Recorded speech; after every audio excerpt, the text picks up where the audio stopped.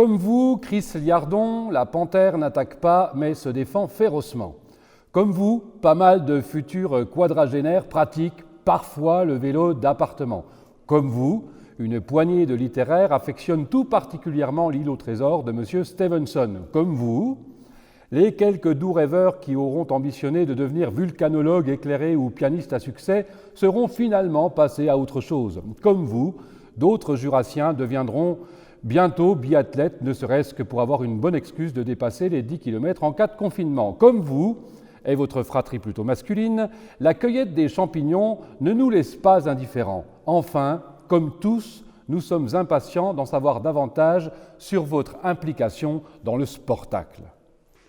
Merci Seb pour ta présentation, qui me fait très plaisir, je dois le dire. Moi, c'est vraiment un grand plaisir. Depuis quelques mois, voire quelques années, toutes les connexions qu'on a pu avoir ensemble et avec la compagnie Terra Luna, ici à la ferme Courbet de Flagey, qui était l'ancienne ferme paternelle de Gustave Courbet, évidemment, où on y crée aujourd'hui plusieurs expositions temporaires dans l'année, ainsi qu'une grande part de notre activité culturelle par le biais d'événementiels et donc de résidences de création, puisque l'idée de ce lieu qui appartient au pôle Courbet et dont je fais partie de l'équipe est une idée de laboratoire de l'art vivant, avec concerts, résidences d'artistes, pièces de théâtre, les répétitions et tout le travail qu'on a pu faire aussi dans cette salle autour du sportacle, par le biais notamment des soirées sportives que nous avions faites en septembre dernier, qui était un prélude, on va dire, un petit peu improvisé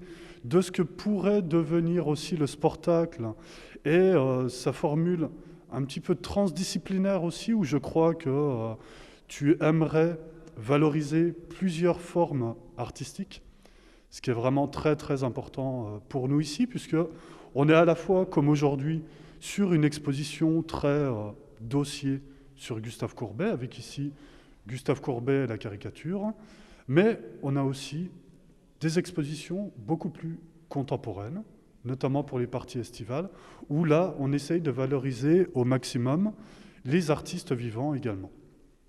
Donc c'est vraiment un lieu qui favorise la création contemporaine par le biais des événementiels, des résidences, mais aussi des expositions.